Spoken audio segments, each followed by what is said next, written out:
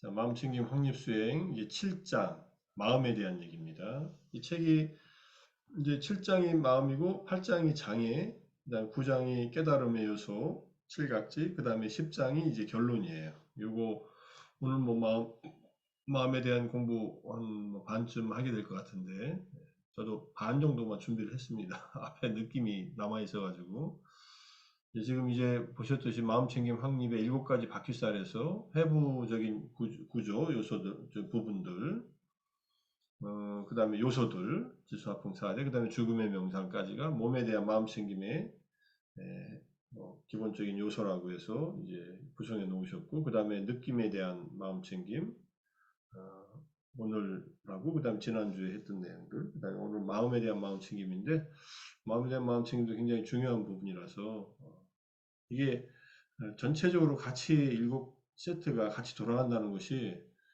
어떤 일인가 하는 것을 다 배우면 이제 더 분명해지겠지만, 이제 아마 음성으로 명상 시도해 보셨으면 아시겠지만은 이게 분리된 게 아니라 계속 중첩됩니다. 그죠?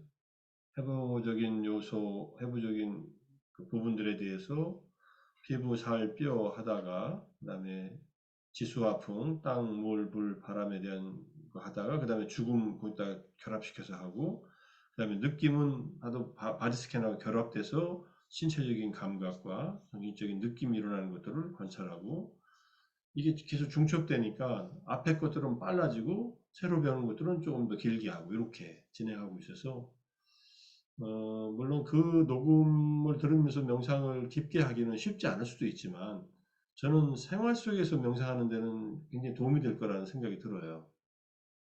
피부, 살, 뼈 하는 것도 그렇고 지수화풍도 그렇고 뭐 걸을 때 종종 저는 그렇게 합니다 요새. 왼발 오른발 걷기 명상도 하지만은 해부적인 요소들에 대한 해부적인 구조, 피부, 살, 뼈를 생각하면서 걷기도 하고 또 땅, 물, 불, 바람을 몸에서 생각하면서 걷기도 하고 죽음은 뭐 죽음 명상은 늘 해던 명상이니까 호흡을 들이마시면서 이것이 마지막 호흡이 될 수도 있다. 또 마지막 호흡은 아니라도 분명히 죽음에도 한 번 더 다가가는 호흡이다. 여기서 지금 설명을 그렇게 하고 있는 것을 통해서 죽음 명상도 하고 또 해골에 대한 관찰이 또 죽음 명상과 연결시켜서 언제 죽어도 이상하지 않은 요즘에 최근에 한국에서 일어난 이태원이라고 하면 안 된다 그러더라고요. 그 날짜가 뭐 10월 30일인가요? 그래서 그 날짜를 붙이는 게 좋다고 하는데 어떤 그런 참사를 생각하면서도 누가 거기 죽을 줄 알고 젊은이들이 또는 그 많은 사람들이 그 10만 명이나 되는 사람 모였겠습니까? 그 장소에 가서 또 누가 죽을 줄 알았겠어요? 근데 그런 죽음도 언제든지 올 수 있듯이 나에게도 죽음은 늘 코앞에 있다는 것을 늘 자각하고 있으면은 정말로 무엇이 더 중요한 일인지 죽음의 순간에 내가 진짜 그 순간에 해야 할 일이 무엇인지에 대한 허겁지겁 되지 않고 어차피 맞이할 죽음이라고 한다면은 그 순간에 정말로 죽음을 경험하는 것을 우리가 통찰하면서 과연 그걸 통과할 수 있을지 지나갈 수 있을지에 대한 것을 이 연습을 하면은 많이 도움이 되겠다는 생각을 하고 있습니다. 느낌은 아까 말씀드렸듯이 조금 전에 느낌에 대한 마음챙김 할 때 가래로 넘어가는 이 연결 고리가 되기 때문에 가래를 끊는데 핵심적인 마음챙김의 대상이다. 느낌은 또 몸과 마음을 연결하는 이 또 브릿지 역할을 해주고 인터페이스 역할을 해준다. 이 느낌에 대한 마음챙김은 아무리 강조해도 부족하지 않을 만큼 그래서 느낌 상류타니까 따로 하나 챕터로 있을 정도로 느낌을 중요시했다는 것도 우리가 이해할 수 있고 근데 결국은 핵심은 이제 마음이잖아요. 결국 이거 다 몸에 대한 관찰을 하든 느낌에 대한 관찰을 하든 마음에서 일어나는 경험들을 우리가 조절하고 절제하고 특히 탐진치와 관련된 마음들을 조절하고 절제하고 침체되거나 산만해진 마음들을 침체에서 끄집어내고 산만한 것을 가라앉히면서 결국은 삼매 쪽으로 가서 마음이 삼매를 경험하게끔 만드는 일. 이것도 마음챙김의 확립수행의 마음에 해당하는 부분이라는 것을 공부하면서 이제 확실히 느끼시면은 전반적으로 이 구조가 이제 이해가 되고, 그 다음에 장애의 요소, 그 다음에 마지막으로 깨달음의 요소까지 가면은 5가지 장애를 우리는 일상에서 항상 극복하면서 칠각지의 요소들을 끊임없이 개발하는 쪽으로 수행을 해야 마지막으로 해탈 열반에 도달한다는 것을 알게 되니까, 이 의존하지 않고 그 다음에 집착하지 않으면서 살 수 있는 그런 태도로 이 세상에서 바퀴 태에 해당하는 부분처럼, 그러기 위해서는 끊임없이 장애를 덜어내고 그리고 칠각지를 개발하는 쪽으로 나머지 요소들이 다 같이 이게 구성이 되면은 마음챙김, 사념처, 4가지 마음챙김의 확립수행이 통합되는데 굉장히 도움이 된다는 것을 이제 더 이해하리라고 생각합니다. 저는 뭐 말씀 여러 차례 드렸지만 기본적으로 마하시 방식 위파사나를 해왔고, 마하시 스님도 똑같이 마하사티파타나 수타를 가지고 설명을 하시지만은 그 안에서 가장 두드러진 경험으로서 바람의 요소들 가운데 바람의 요소가 일으키는 몸의 경험들이 가장 두드러지니까 그것들을 1차적인 대상으로 관찰을 해나가면서 그 관찰이 깊어져서 찰나산매가 일어나고, 그 다음에 무상고 무아에 대한 통찰이 지속되면서 특수한 어떤 그런, 특수하다는 것은 이전에는 잘 없었던 그런 순수 윗바사나의 길을 이제 정립을 하셔서 일반화 시킨 분이잖아요. 스승으로부터 배우셨지만은 그 방법으로 쭉 수행하는 것은 일상적으로 수행하는 것과 더불어서 하면은 일상에서는 그 수행을 깊게 하기는 쉽지는 않습니다. 실제로. 그렇지만은 자해명상과 결합될 때 굉장히 저는 좋은 경험을 했고, 그 다음에 집중 수행을 2박 3일이든 4박 5일이든 또는 뭐 더 길게 하든 한 달을 하든 2달을 하든 할 때는 적어도 며칠만 지나면은 제대로 된 어느 정도의 찰나산매 경험이 일어나면서 5개가 가라앉는 것을 경험하면서 수행이 굉장히 안정되게 진행이 돼요. 조금 전에 느끼면서 얘기했듯이 몸의 느낌이 미묘한 고통과 연결되어 있다면 마음의 느낌은 수행이 진행될수록 미묘한 기쁨과 결합되어 있고, 이 즐거운 느낌이, 행복한 느낌이 유익한 결과와 이렇게 연결된다는 것을 계속 경험하니까 수행이 이렇게 좋을 수가 없다는 생각을 하면서 하게 되는데, 뭐 그러면서도 아직 수행에 전념을 못하고 있는 뭐 제한된 조건도 있지만은, 그런 조건이 있다면은 언제든지 집중 수행을 할 수 있는 조건을 만들어서 하려고 애를 쓰고 있는데, 어쨌든 지금 공부하는 마음챙김의 확립 수행이 그런 집중 수련 속에서도 얼마든지 수련될 수 있고, 일상생활에서도 지금 해부학적인 부분이나 요소들이나 죽음에 대한 것, 느낌과 마음에 대한 것들은 우리의 일상생활에서 결합시키는데 굉장히 좋은 방식으로 되어 있는 것 같아요. 그래서 저는 요즘에 운전하면서 이 7개의 바퀴살에 대한 명상을 그냥 처음부터 그냥 틀어놓으면서 운전을 합니다. 보통 1시간 운전하면 3개, 4개 정도 들으니까. 그 다음에 때로는 이제 또 다른 방향으로 갈 때는 중간부터 죽음부터 듣든지 느낌부터 듣든지 들어보고, 들으면서 받아들이면서 이해하면서 그 상태에서 그냥 들으면서 이제 운전하면서 명상을 하는 거예요. 일종의. 그러면은 굉장히 이게 뭐랄까 좋은 효과를 거둔다는 것을 경험을 하겠더라고요. 그래서 제가 한 마하시 위파사나 방법과 그 다음에 고엔카의 방법이든 또는 파옥의 아나파나사티의 방법이든 그 외에 다른 다양한 수행법들을 저도 경험은 해봤지만은 이 방법으로 아나라의 스님께 만들어 놓은 것도 굉장히 유의미하다, 유익하다 이렇게 생각을 합니다. 그리고 이분은 아주 기본적으로 스리랑카의 전통에 따라서 경전의 내용을 근거로 해서 수행법을 만들려고 애를 썼다. 그러면서 붓다다사 스님, 태국의 붓다다사 스님, 그 다음에 마하시 위파사나, 그 다음에 고엔카의 위파사나, 아나파나사티를 바탕으로 한 이런 방법들을 경험했음에도 불구하고 당신이 경전을 연구하고 폭넓게 연구하면서 얻어낸 나름대로의 그 인사이트를 가지고 이렇게 구성했다는 것은 수행의 전통 속에서, 수행의 일반화 속에서 굉장히 좋은 하나의 또 선례가 될 수 있겠다라고 생각을 합니다. 근데 여기 계신 분들은 지금 이제 마음에 대해서 들어가기 전에 어떠셨는지 조금 얘기를 나눠주시고 들어가면 어떨까 해서 제가 제 얘기를 먼저 꺼냈습니다.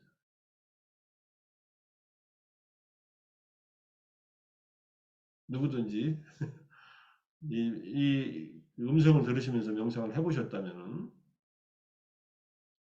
어떤 느낌들이 있었는지, 어떤 것이 이해가 잘 됐는지, 어떤 부분 좀 안 됐는지 얘기를 나눠주시면 좀 도움이 될 것 같아서 어느 만큼 하고 계신지. 예,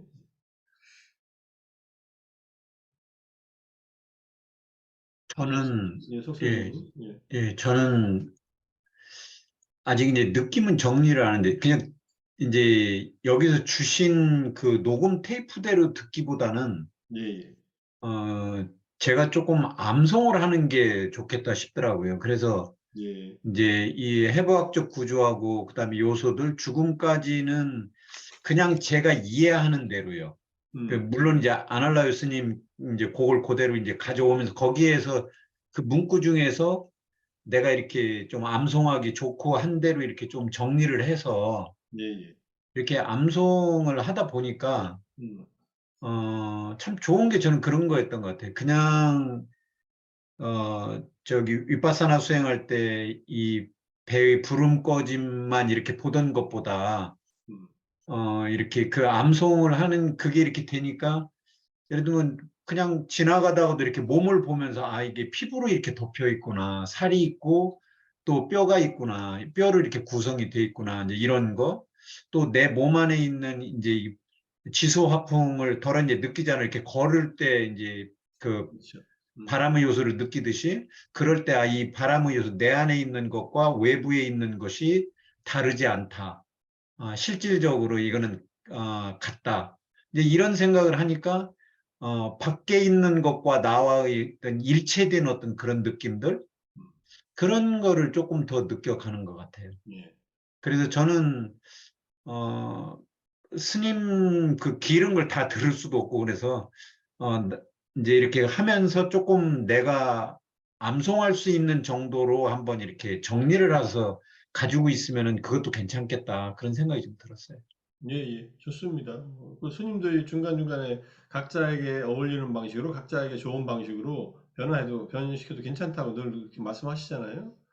근데 여기서 제시한 것은 하나의 예지요, 사실은. 좋은 예지만. 뭐 얼마든지 석준호 선생님처럼 하시는 것이 도움이 되고, 피부, 살, 뼈 하든지, 또는 뭐 지수화풍의 사대로서 몸을 관찰하면서 하든지, 안팎으로 땅의 요소나 물의 요소나 불의 요소나 바람의 요소는 동질의 것이고 같은 성질의 것이다. 뭐 이런 것들을 관찰하면서 하면은 정말로 뭐 훨씬 더 좋은 느낌들이 그 순간순간 오는 것 같아서 경전에서 의도하고 있는 것이 이런 식으로 경험될 수 있구나라고 저도 많이 좋게 생각합니다. 잘 하시고 계신 거예요. 그렇게 하시다가 나중에 한번 녹음을 한번 쭉 한번 들어보셔요 또. 예, 뭐늘 들으실 필요는 없지만 그러면은 녹음에서 안 들렸던 부분이 또 들려요. 아 이런 내용도 있었네 하고서 그대로 할 필요는 없지만은 하나의 그 가이드라고 생각하시고 들어보시면은 또 새로운 것이 들릴 수도 있으니까 잘 예. 하시고 계십니다. 네. 오늘 그래서 거기에 덧붙여서 하나 질문 한번 드릴까 싶고 이게 질문이 될 수도 있고 오늘 제가 알아듣고 제대로 이해를 했나 싶기도 하고요. 네. 이제 그 죽음에서 이제 그 내부의 4대 요소 이제 이런 부분 이야기를 하면서 그 나중에 이제 그때 이제 감각의 문으로 다시 이제 돌아온다라는 이야기를 하면서 그 감각의 문에서 일어나는 그 어떤 경험들도 열린 마음으로 음, 단지 알아차리기만 한다. 네. 변화하는 현상을 알아차린다. 이렇게 이야기하시잖아요. 예, 예.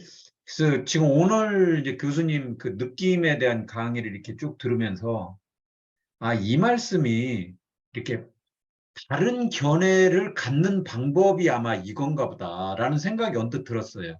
예. 그러니까 감각의 문에서 일어나는 어떤 경험들에도 열린 마음으로 단지 알아차리기만 한다. 음. 아, 이게 바른 견해를 가져가는 하나의 방법이 될 수 있겠다. 그렇죠.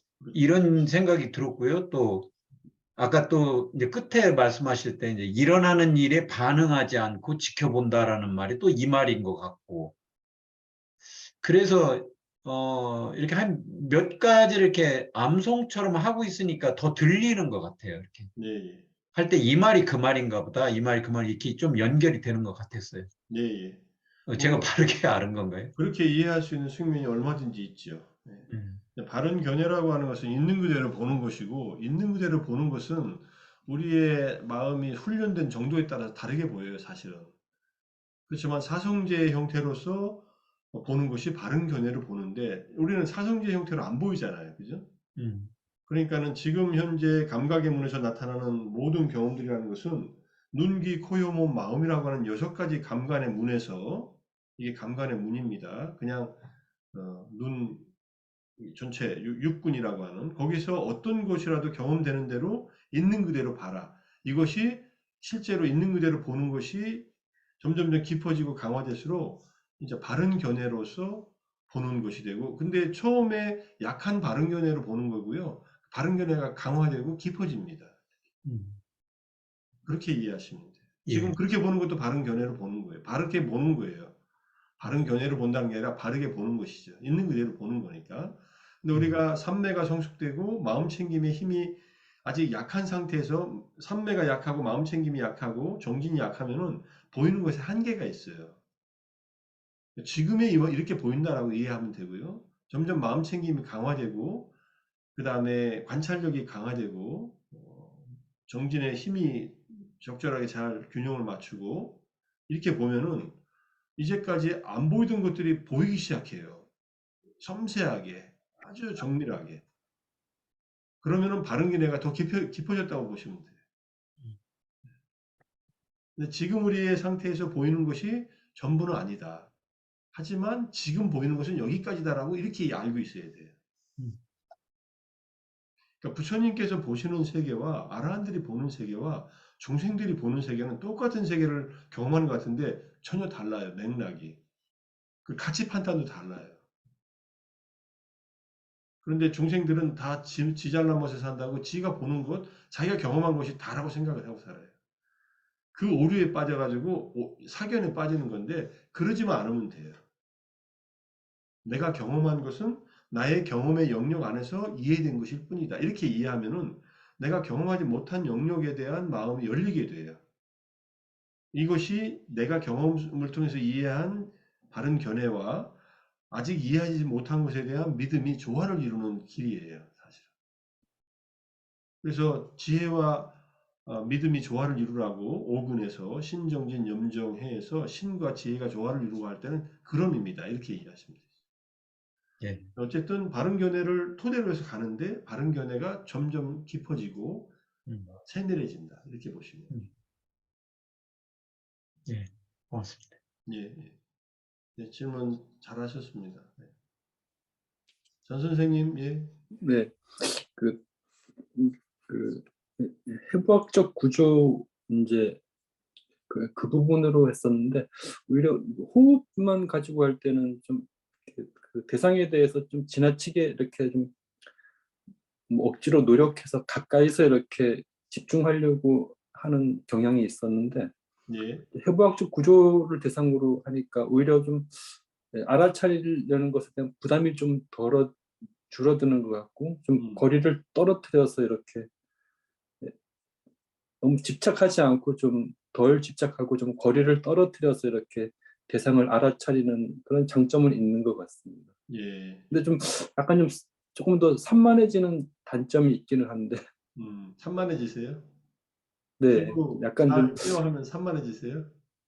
예, 그러니까 하다가 약간 좀 어디에 알아차림의 대상을 둬야 되지는 오, 네, 그럴 때, 네. 뭐, 그러니까 호흡만 할 때는 그냥 바로 호흡으로 가면 자동으로 가게 되는데 음, 예, 이렇게 좀 음, 해부학적 구조를 대상으로 바디 스캔할 때는 약간 좀 헤맬 때가 있습니다. 아, 그럴 수 있죠. 왜냐하면 약간 피부, 살, 뼈 할 때 피부는 이게 겉으로 느껴지니까 있는데 살은 이게 잘 안 느껴지잖아요. 살이 네, 있는 거지. 피부 안에 살이 있는 거니까. 뼈는 또 그 네, 속에 있는 거니까 내 뼈를 내가 뭐 어떻게 볼 수는 없잖아요. 네, 만지면은 만져지죠. 딱딱하게. 음, 이렇게 만져지고 뭐 목뼈도 만져지고 이렇게 어깨뼈도 만져지면 이거 만지면서 하면 좋은데 만지면서 또 안 하네. 그냥 마음속으로만 이렇게 훑어내려가니까 약간 전윤갑 선생님의 그런 고충이 생길 수 있습니다. 얼마든지. 책에서는 그냥 단지 그게 있다는 것만 아는 정도로 하면 된다고 했는데 또 막상 수양할 때는 뭔가 딱 짚히는 게 있었으면 좋겠는데. 근데 이제 짚히는 게 결국은 이 몸을 구성하고 있는 해부학적인 구조 뭐 32가지 중에 3가지만 대표로 뽑아서 이제 그 뽑은 이제 경전에 근거해서 뽑았지만 피부, 살, 뼈를 보면서 아, 이 몸은 피부와 그 안에 살과 그 속에 뼈로 되어 있구나라는 것을 스스로가 사유를 통해서 이제 계속 이제 인지를 하는 거죠. 그러면서 아, 이 몸은 피부도 살도 뼈도 나라고 할 만한 것이 아니고 그냥 그렇게 구성되어 있는 요소일 뿐이다. 중립적으로 보라 그러잖아요. 이제 자루 네, 속에 들어있는 곡식을 보듯이 그건 굉장히 중요한 포인트 같아요. 이제 싫어하는 마음이 너무 강하면 안 된다. 몸에 대해서 해부학적인 구조를 하면서 그게 이제 부정관 하다가 자살한 여러 스님들의 사례를 또 들어서 얘기를 하기도 하고 그래서 그냥 중립적으로 피부, 살, 뼈 하고서 계속 돌이켜 보는 거죠. 어느 정도 되면은 이제 요소들로 넘어가시면 되고, 그 다음에 죽음 명상으로 넘어가고, 이게 거기서 잘 안 되면은 다른 방법으로, 다른 그 바퀴살로 옮겨가셔도 돼요. 네, 잘 되는 것만 또 반복하셔도 되고. 그런데 지수화풍도 마찬가지예요. 땅의 요소, 머리에서 발끝까지 땅의 요소, 사실 피부, 살, 뼈는 다 땅의 요소가 주된 내용들이죠. 근데 이때는 피부, 살, 뼈라고 하지 않고 이제는 땅의 요소로 그다음에 바다에서 올라오면서 물의 요소, 응집하고 있는 물의 요소 뭐 보는 거죠. 뭐. 우리 몸을 구성하고 있는 한 70% 가까이가 물이라고 하니까 물로 가득 차 있는 몸, 불의 요소, 온도의 요소로서 체온이 쭉 느껴지고 그 다음에 마지막 바람의 요소, 지탱하고 움직이고 몸에 바람의 요소가 스며들어 있으니까 이것도 약간 저기 뭐야 추상적이에요. 실제로 해보면. 그런데 우리의 몸에서 지수화풍의 4대 요소를 특성으로서 관찰한 적이 있으면은 추상적이지 않고 구체적으로 이게 다가옵니다, 실제로. 그렇게 한번 해보는 거죠. 그 중에서 호흡을 관찰했다면은 이제 바람의 요소를 위주로 한 관찰이었다. 이렇게 이해하시면 돼요. 네. 그러니까 지금 우리가 의자에 이렇게 앉아 아까 있는, 예, 네, 아까 앉아 있는 것도 이게 다 바람의 요소의 어떤 나타남이다. 이렇게 이해할 수 있거든요. 네. 네. 예, 예, 아까 말씀하신 것 중에 좀 궁금한 게 있었는데요. 예. 그, 그 서양의 그 수행자들이 이제 좋은 스승을 두지 않고 수행하다 보니까 그 수행의 경험들이 일상으로 연결되지 않는다고 하셨잖아요. 아, 그 얘기가 아니라 그러니까 이제 아까 아니, 리차드 데이비스라고 그 데니엘 골맨이 네, 그 명상하는 뇌라는 책을 쓴 사람들이 자기들도 한 1만 시간을 수행한 것 같은데 왜 네, 우리의 특성은 변화되지 않았을까? 이 말은 네, 명상을 안 해도 우리는 명상 상태처럼 그렇게 행복하지 않을까라는 자기 반성을 하다 보니까 어떤 한 분의 스승을 의지로 해서 지속적으로 집중 명상을 한 기간이 너무 짧았다는 것을 자기들이 파악을 했어요. 그래서 수행한 시간이 네, 네. 50년이라는 시간이 지났어도 그렇게 깊게 들어간 경험이 없었구나 하는 것을 스스로가 이제 반성을 하는 거였죠. 음, 그 얘기를 했어요. 그 궁금한 게 그런 분들은 당연히 좀 좋은 스승을 이렇게 가까이 두고 아니면 뭐 이렇게 멀리 계시더라도 이렇게 정기적으로 방문을 하고 이렇게 좀 자문을 구하고 그럴 것 같은데 왜 스승이 그러지 않았을까요? 많았는데 스승이 네, 많았고요. 자기들 스승이 지금은 이제 리차드 데이비슨 같은 경우는 민기루 림포체를 스승으로 삼겠다고 해가지고 위파사나 수행을 하다가 지금 민기루 림포체로 스승 삼겠다고 해서 그분의 이제 뇌를 스캔해 보고 나서는 이분이 가장 오랫동안 했고 해서 그렇게 이제 자기가 고백한 내용이 나와요. 근데 이분들이 다 직업이 있잖아요. 한 분은 이제 대학 교수로 있고 데니얼 골맨은 이게 또 저널리스트로 활동하면서 심리학자지만, 그러니까 자기들이 세상에서 살면서 이렇게 만 시간을 채웠다는 것이 진짜 집중적으로 만 시간 한 사람들하고 비교하면은 특성이 변하는 데는 이렇게 오랫동안 한 게 아니라 집중적으로 아, 이렇게 하는 것이 더 네. 효과적이었다. 그 얘기를 하는 거예요. 네, 네. 예. 예컨대 하루에 네. 10시간씩 3년간 해서 만 시간을 채운 것이 50년간 해서 만 시간 채운 것보다 특성이 변하는 데는 더 직접적으로 관여한다는 거지. 네, 네. 그 얘기였어요. 그래서 윗바사나 수행도 한 5,000시간 이상 만 시간 한 분들도 생활 속에서도 수행을 하지만은 이분들도 한 달 수행, 세 달 수행 이런 것들을 주기적으로 쭉 한 분들은 역시 내면이 많이 변화되어 있다. 일상생활에서 이렇게 수행하는 것만으로는 한계가 있다는 말씀이십니까? 그렇죠. 깊게 들어가는데 예컨대 이제 깊게 경험을 하거나 깊게 변화가 일어나는 데까지는 뭐 도달 못 한다는, 쉽게 도달 네. 안 된다는 거예요. 그러지 않겠어요? 우리가 예컨대 조기 축구 나가서 그냥 자기가 취미 생활로 축구를 열심히 해요. 축구를 즐길 수는 있죠. 그런데 네. 손흥민처럼 아버지가 이렇게 붙잡아 놓고 응? 잘못하면 리프팅을 2,000번 시키고 막 특수 훈련을 시켰잖아요. 네. 중고등학교 네. 때부터 시켰잖아요. 그럴 경우에 실력이 늘어나는 것 자체가 달라지죠. 그리고 매일 매일 슈팅을 2시간씩 연습한다. 슈팅만 2시간 연습하겠어요? 기본적으로 축구 속에서 하는 거죠, 손흥민은. 그런 의미에서는 축구 선수로서의 체격적 조건도 좋지만은 노력한 거, 그 다음에 그 연습한 양 이런 것들을 보면은 어, 남들이 따라가기 어려운 그런 실력을 갖추게 되는 거죠. 명상도 마찬가지라고 이해하시면 될 것 같아요. 네. 그래서 무시선 다 좋은데 무초선 다 좋은데 응? 시간과 장소에 따로 하지 말고 일상생활에서 평상시 생활 속에서 수행하는 것은 당연히 중요한 일입니다. 우리 이 제가자들의 경우에는 스님들은 이제 이 출가 생활 자체가 전체적으로 수행으로 연결되면 가장 좋은 일이고, 그런데 그럴 때에도 누군가에게 지도를 받으면서 집중적으로 수행을 이끌어 나간 사람들은 훨씬 더 변화되는데 어떤 효과가 더 좀 지속적으로 나타난다는 거고요. 음, 저도 3개월 명상 몇 번 해봤고, 한 달 명상 몇 번 해봤고, 그 다음에 이제 일주일씩, 뭐, 보름씩 하는 것들은 뭐 더 많이 해봤지만은, 좀 더 길게 할 필요가 있겠다는 생각이 딱 들어서, 최소한 아무리 짧아도 1년 정도. 하루에 한 10시간씩 1년 하면 한 4,000시간 정도 되나요? 10시간에서 15시간 하면은, 15시간 하면은 한 5,000시간 되고, 그래서 임팩트 있게 한 2년 정도를 하면 좋지 않을까라는 생각을 늘 하고 그래요. 저 자신도 한 번 더 트랜스포메이션 하기 위해서.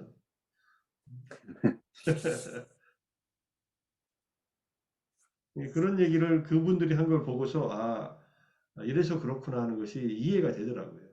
저도 집중 명상할 때는 깊은 기쁨과 행복감, 평정심을 느끼다가 다시 집중 중에서 나오면은 다시 그냥 보통의 마음으로 됐다가 그 마음이 뭐 이렇게 막 불편하고 그런 적은 크게는 없지만은 뭐 특별한 문제에 부딪히지 않으면은 그래도 그 힘으로 많이 버텨나가고 살고 있는데 수행할 때처럼 그렇게 강력하지는 않더라고요. 음, 명상할 때처럼 지속적이지도 않고 그래서 더 해야겠다 이런 생각을 하고 더 해야 할 것이 남아있다는 것이 뭐 다행이기도 하면서 윗바사나 만난 지 벌써 31년 지나가고 있는데 30년이라는 시간이 중요한 게 아니라 밀도 있게 얼마나 수행했느냐가 더 중요하다면은 밀도 있는 수행을 진짜 제대로 해봐야겠다는 생각을 많이 해요, 사실. 저도 하나만 더, 자식하는데 네, 네. 예를 들어, 이제 요즘에도 이렇게 수행을 잘 오래 하시는 분들은 실제로 뭐 이렇게 자비심이나 아니 타인에 대한 친절이나 그런 것들이 이렇게 증가했다라고 이렇게 뭐 논문 같은 걸로 이렇게 뭐 이렇게 나온 게 있나요? 그럼요. 이렇게 단순히 그냥 인터뷰만이 아니라 인터뷰가 어떻게 그걸 아니라 좀 실제로 많이 나와 있지. 아, 특히 티베트 스님들은 대부분 연민 명상을 많이 하신 분들이에요. 컴패션 아, 네. 메디테이션. 음, 그분들은 뭐 뇌 구조까지 다 바뀌어 있다고 하니까 음, 음, 바뀌어 있어요. 근데 여기도 이제 오늘 마음에 대한 이 마음의 맨 마지막 부분에 자해 명상이 나와요. 자해나 연민 명상. 여기서는 친절함과 자비 명상이라고 나와 있는데 kindness 네. and compassion이라고 나온 것은 자해와 연민이라는 말의 영어 번역이에요. 근데 어쨌든 그 명상은 불교의 모든 명상의 기저에 깔려 있다. 이렇게 얘기를 해요. 이 아날레 스님이.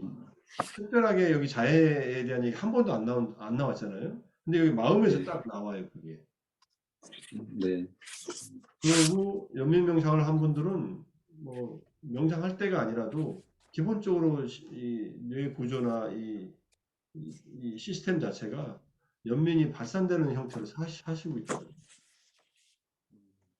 그리고 이제 마음챙김 확립수행, 이 위파사나 수행으로 하는 이 마음챙김 확립수행 같은 것만 날카롭게 하다가는 굉장히 자기 수행에 방해되는 것들에 대한 분노 조절을 못할 수도 있어요. 네. 그럼 굉장히 조심해야 돼요. 저는 많이 봤습니다. 제가 7장을 사실 미리 좀 읽어왔는데 네, 계속 기억에 남는 부분이 그러니까 수행의 진보를 측정하는 도구로 이제 친절함과 자비를 이렇게 적어 놓으셨더라고요. 그래서 그러니까. 예, 탐진치가 얼마나 줄어들었냐는 얘기고요. 탐진치 중에 중간에 진심, 분노가 바로 친절함과 자비, 연민이 있으면 그 분노가 줄어들어요. 그러니까 음, 수행을 해서 분노가 줄어들지 않는 수행이라면은 이건 뭔가 문제가 있는 거예요. 물론 수행이 안 돼서 짜증날 수는 있어요. 힘들 수도 있고. 그런데 이것을 밖으로 그 분노를 표출하면서 자기 수행을 한다는 것은 어, 수행을 거꾸로 가는 거예요. 거꾸로. 좀 그런 뭐 친절함이나 자비 같은 게 이렇게 줄어들었다고 늘어났다 뭐 그런 게 사실 되게 주관적인 것 같아가지고. 주관적이지요. 주관적인데 네. 모든 경험은 다 주관적이죠. 우리가 이 경험을 무슨 뭐 객관적으로 남한테 보여주기 위해서 하는 것도 아니고 주관적인 경험들인데 그 주관적인 경험들이 상당히 측정 가능한 도구로서 측정을 했고 사무량심 척도도 네. 있고 뭐 연민 척도도 네. 있고 그러니까 이미 많이 음, 그런 연구들을 많이 해왔고 어, 자해명상은 뭐 짧게 해도 효과가 있고 길게 할수록 더 효과가 크다고 하니까 이게 자해명상을 오늘 당장 해야 할 18가지 과학적인 뭐 이유 해가지고 엠마 세팔라 박사가 정리해놓은 글들 이제 인터넷에서 찾을 수도 있고 저도 많이 소개한 내용이 있는데 어쨌든 수행을 해서 내면으로 정신적으로 기쁨과 행복감을 느끼면요 자애심이 저는 동반된다고 생각을 해요. 제 개인적인 경험으로는. 네. 자애심이 안 일어나는 이유는 수행의 결과들이 잘 안 나타날 때는 자애심이 안 일어나요. 내 마음이 음, 내 마음이 네. 위축되어 있는데 쪼그라들어 있는데 그럼 음, 자애심 일으킬 여유가 없어요. 그래서 윗바사나를 하든 사마타를 하든 뭐 해부학적인 부분을 명상하든 요소들을 명상하든 죽음을 명상하든 느낌을 명상하든 명상이 잘 되면은 마음의 기쁨, 정신적 기쁨, 행복을 느끼면서 여유가 생깁니다. 그 여유가 음, 남에게 편안한 마음으로 편안한 말과 행동으로 드러날 때 그게 자애심으로 또는 음, 연민심으로 이렇게 드러나게 되겠죠. 그리고 저는 자기 곳간에 곡식을 채우면 남한테 곡식을 좀 나눠줘도 전혀 어, 나눠주는 일이 행복한 일이라는 걸 그때 알게 되지. 음, 네.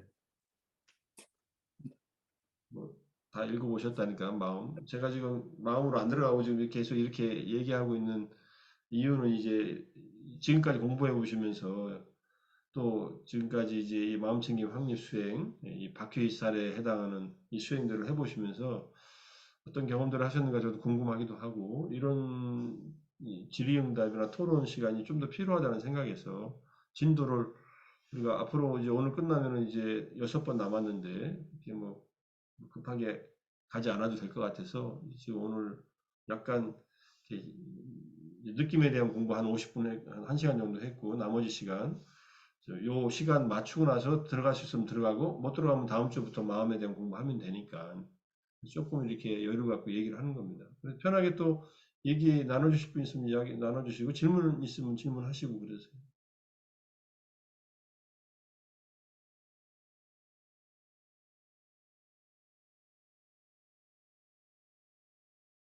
우리가 하는 공부도 즐거워야 돼요, 사실은. 즐겁고 행복해야 아무래도 공부에 대한 효과도 나타나는데, 명상이 즐거우려면은 명상을 잘하는 수밖에 없어요. 지속적으로 잘하는 수밖에 없어요. 그럼 많이 안정되고 행복해집니다. 어떤 바람이 불어와도 어떤 느낌이 일어나도 흔들리지 않는 그런 산처럼 우리 마음이 차분하게 그 경험들을 보면서 그 안에서 가장 현명한 선택들을 하면서 이겨나갈 수 있는 그런 힘들이 되겠지. 그게 쉽게 생기진 않습니다. 그게 쉽게 생기면은 사람들이 왜 그렇게 괴로워하고 불안해하고 우울해하겠어요? 이건 훈련을 하면은 개발된다.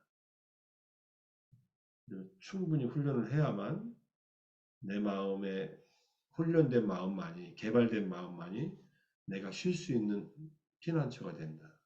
이걸 절실하게도 많이 경험을 하셨겠지만 계속 그 개발된 마음, 수련된 마음 밖에는 쉴 곳이 없다는 것을 잘 이해를 하시면 지금 하고 있는 이 공부가 바로 그런 훈련을 하는 그런 공부다라고 이해하시고 하나하나의 어떤 명상을 하든지 간에 우리가 이 몸과 마음에 대한 탈동일시, 탈집착, 물질로서 이루어져 있는 몸이든 또 끊임없이 느낌과 마음 현상으로서 계속 순식간에 일어났다 사라지는 그 온갖 경험들을 붙들지 않고 매달리지 않고 회피하지 않으면서도 마음이 안정되어 갈 수 있는 이 공부는 자기밖에 못해요.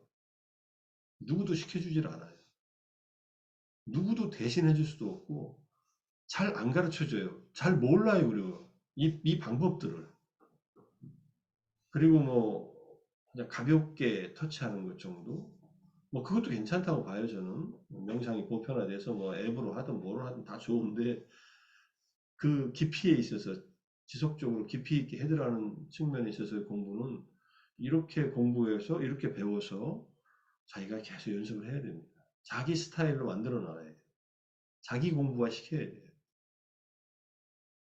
그 공부를 만들어 나가는 과정이라고 생각해요. 마음 공부라는 것은 그렇게 내면화 시킬 때, 여기서는 이제 그걸 체화한다 그러잖아요. 엠바디먼트라고 해서 내 몸으로, 마음으로 직접 경험할 때, 그때에 진짜 힘이 생기고, 그때에 진짜 자애의 마음과 자비의 마음과 또는 지혜의 마음이 함께 새의 두 날개처럼 같이 펄럭이면서 또는 수레의 두 바퀴처럼 함께 조화롭게 굴러가면서 진짜 행복한 마지막 비세속적인 행복 쪽으로 우리가 가고 있다는 것을 알게 될 겁니다. 네, 정말로 부처님 말씀에도 그렇지만 딱 그냥 드러내놓고 얘기하면은 그거 외에는 안전한 것이 없어요. 이때 안전은 케마라고 해요. 유가 안은 할 때 요가 케마 할 때 케마인데 진짜 안전한 곳입니다. 안전한. 애석하게도 우리가 살고 있는 집이나 우리가 같이 관계하고 사는 가까운 사람들이나 이 사람들은 다 일시적인 그런 일시적인 안식만 제공해요. 어느 누구도 내가 정말로 마음이 바뀌어지지 않아서 괴로워할 때 잠시 위안을 줄 뿐이지 그 마음을 자기가 다스리지 못하면은 자기 무덤을 자기가 팝니다. 자기 감정에 못 이겨서. 여기서 말하는 마음에서 탐진치에 끊임없이 굴복당해서 세속적인 어떤 감각적인 것만 추구하다가 결국 거기에 묻혀가지고 자기가 무덤을 파고 그냥 들어가게 돼요. 그러지 말라고 부처님이 가르쳐 주신 가르침이니까. 그래서 저는 이 마음챙김 항해수행을 이렇게 꼼꼼하게 보면서 아마 제가 제일 많이 공부를 할 거예요. 제가 설명을 드려야 되니까. 다들 아마 여기 계신 분들 이제 이 강의 끝나고 이 자료를 가지고서 어떤 장소에서 만약에 이 공부를 누군가와 함께 나눈다면은 공부가 제일 많이 되실 거예요. 남에게 가르치는 게 공부 효과가 가장 높아요. 공부 효과가 90%예요. 남한테 가르치면서 배우는 게. 듣기만 하는 것은 10%예요, 대신에. 근데 경험하는 것은 한 60% 된다 그러더라고요. 근데 지금 우리 공부는 경험이 들어가 있잖아요. 60% 이상들은 다들 이제 효과들을 보시면서 하시고, 이해하신 것들 공유해 주시고, 같이 나눠주시면, 또 개인적으로 만약에 여기 있는 내용들에 대해서 함께 얘기하기는 좀 그렇고, 저하고 개인적으로 공부 방법에 대해서 얘기하고 싶다면 저한테 문자 주세요. 그러면 시간을 맞춰가지고 이 시간 끝난 다음에도 별도로 뭐 시간을 또 내서 같이 얘기할 수 있으니까 이렇게 제가 뭐 한 분 한 분이 수행하는 것을 다 점검해드리지 못해도 이 공부 시간에 원하신다면은 지금 하고 있는 공부에 대해서 또 여기서 하는 공부에 대해서 같이 얘기를 나눌 수 있다면 그런 시간 얼마든지 나눌 수 있으니까 같이 가는 그냥 동반자라고 생각해서 도반이라고 생각해서 편하게 이렇게 얘기를 하시면 필요한 만큼 도와드리겠습니다. 도움이 되는 측면에서 제가 교수님 하나 질문을 드릴까요? 예, 하셔요. 방금 전에 지나간 이야기인데 교수님 말씀 속에서 언뜻 생각이 나서인데 이제 안전하다라는 말씀하셨잖아요. 예. 근데 어, 오늘 굉장히 새로운 그 느낌이 확 들어오네요. 그러니까 내가 누군가한테 안전한 사람이 되고 싶다라는 어떤 그런 간절함이 있었는데 저도 이제 그렇고요. 예. 근데 그 이야기라도 좀 교수님 말씀 들으면서 그럼 누구한테 안전한 사람이 된다라는 거는 내가 나 스스로 먼저 안전한 사람이 돼야 된다라는 말이구나라는 생각이 드는데요. 맞습니다. 그러면서 이제 드리고 싶은 거예요. 내가 먼저 안전한 사람이 된다라는 거 교수님 뭐라고 조금 더 이야기해 주실 수 있어요? 그러니까 내 마음에서 끊임없이 자애의 마음이 흘러나오고 자애의 음, 마음을 품고 자애로운 마음과 자애로운 행동을 할 수 있으면 일단 남에게 해는 안 끼치겠죠.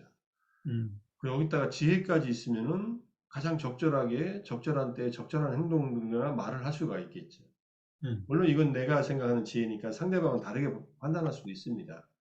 근데 음, 부처님께서 중생들을 위해서 안전을 제공하려고 다양한 방법을 제시해 줬어도 듣고 실천한 사람은 그걸 자기 것으로 만들었고 들었는데도 못한 사람은 그냥 흘러가 버리고 말았어요. 음, 그럼 말해준 사람의 책임이 아니라고 부처님이 알고 계세요. 그죠? 상담가 가서 열심히 상담을 해주고 코치가 열심히 코칭을 해주는데도 고객들이나 내담자가 그걸 안 따르면은 그 사람들은 변화할 수 없어요. 실제로. 그러니까 일단은 내 안에 내면이 충분히 자애롭고 또는 연민의 마음과 함께 누군가를 도와줄 수 있는 기꺼운 마음이 있다면은 그 마음에서 지혜롭게 가자 뭔가를 해줄 수 있으면은 남에게 안전을 제공하는 것이죠. 음, 안전을 제공하는 가장 기초적인 틀은 계를 지키는 거예요. 5계를. 음, 5계를 지키고 그 다음에 내가 삼매를 닦아서 마음의 탐진치가 작동하지 않도록 끊임없이 노력하고 지금 하는 수행도 다 그거잖아요. 그리고 적극적으로 깨어있고 자애를 끊임없이 개발하면서 드러내는 그런 삶을 사는 게 나를 안전하게 하는 것이고 나를 보호하는 일이고 타인을 보호하는 일이죠. 우리가 자기를 보호할 때 남을 보호하고 남을 보호할 때 자기를 보호한다는 상유타니카의 세다카경 여러 번 말씀드렸잖아요. 우리 앞에서도 나왔어요. 우리가 그 세다카경에 대한 얘기. 그 대나무 위에 올라가서 그 묘기를 부리는 스승과 제자의 관계되는 얘기 제가 그림까지 막 찾아가지고 말씀드린 적이 있는 것 같은데 그 세다케경에서 말하는 것처럼 정말로 나를 보호한다는 것, 나의 안전을 확보한다는 것은 마음 챙김의 확립을 통해서이다. 부처님 딱 얘기하셨고 남을 보호하면서 나를 보호하는 방법은 사무량심이다. 거기서는 인내, 연민, 자애, 그 다음에 함께 기뻐함, 동감 이 네 가지를 말했지만은 사무량심입니다. 항상 사무량심은 한쪽에 자비이사, 한쪽에는 마음챙김의 확립. 이 두 가지를 같이 굴려나가면은 내 스스로 안전하고 나를 보호하게 되는 것이고 타인을 향해서도 안전하고 타인을 보호하는 그러한 언행과 생각을 할 수 있지 않은가. 이렇게 저는 그렇게 이해가 돼요. 지금은 이제. 그래서 그렇죠. 제가 자해 명상과 통찰 명상을 한다고 할 때 자해 명상으로는 사무량심, 통찰 명상으로는 지금 여기 마음챙김의 확립에서 나오는 다양한 지혜들이 일어나게끔 하는 이 수련들을 계속 깊게 해나가는 수밖에 없죠. 예, 잘 알겠습니다. 예. 많이 말씀 지금 다시 들으니까 많이 들었던 이야기인데요. 네. 많이 들었던 얘기가 이제 내 것으로 소화가 되는 순간에 이제 그게 이제 내 재산이 될 거예요.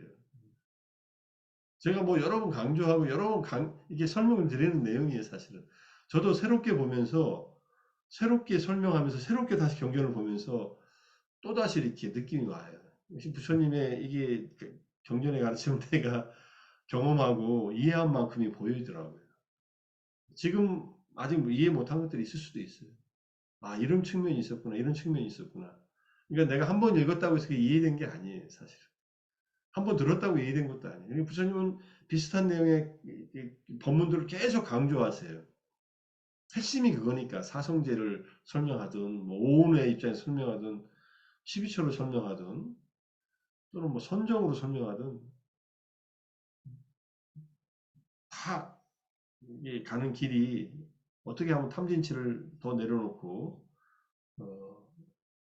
나를 속박하는 이 근본 번뇌로부터 더 자유롭게 만들 것인가에 초점을 맞추셨기 때문에 항상 그 관점으로 보면은 이제 풀려요. 대상이 누구든지 간에 그 대상에게 맞게 뭔가를 제시해 주는데 핵심은 탐욕을 어떻게 덜어내고 분노에서 빠져나가고 미혹에서 어떻게 벗어나느냐. 우리 마음에서 앞에 세 가지 마음, 탐진치와 관련된 마음을 어떻게 벗어나게 해주느냐에 다 초점이 맞춰져 있어요. 그러니까 어려운 원리는 아니에요. 하기가 어렵지. 제대로 이해해서 내 생활 속에서 탐진치를 내려놓는 일에 가까운 이 삶을 산다는 것이 그게 어려운 일이지. 수행 자체가 무슨 굉장히 뭐 고도로 뭐 이렇게 어려운 일은 아닌 것 같아요. 근데 이게 변화가 어려운 거죠, 사실. 그 노력을 끊임없이 해가는 게 어려워.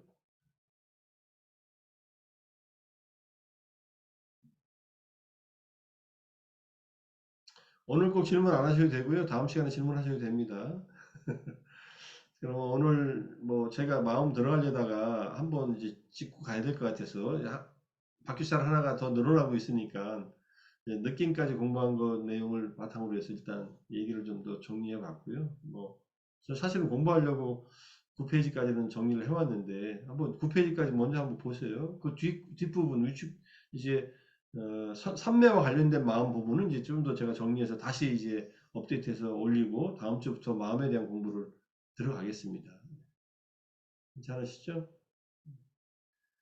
어쨌든 늘 공부하고 수행하면서 이 마음챙김 확립 공부하고 수행하면서 느꼈던 점 또는 경험했던 점 또는 의문이 가는 점 이해가 안 되는 점들을 뭐 공유를 해주세요 저한테. 개인적인 카톡을 보내셔도 좋고 그러면 제가 또 도와드릴 수 있는 만큼 뭐 이해가 되도록 설명이나 뭔가 방법을 또 같이 모색해 볼 테니까 그렇게 해보죠.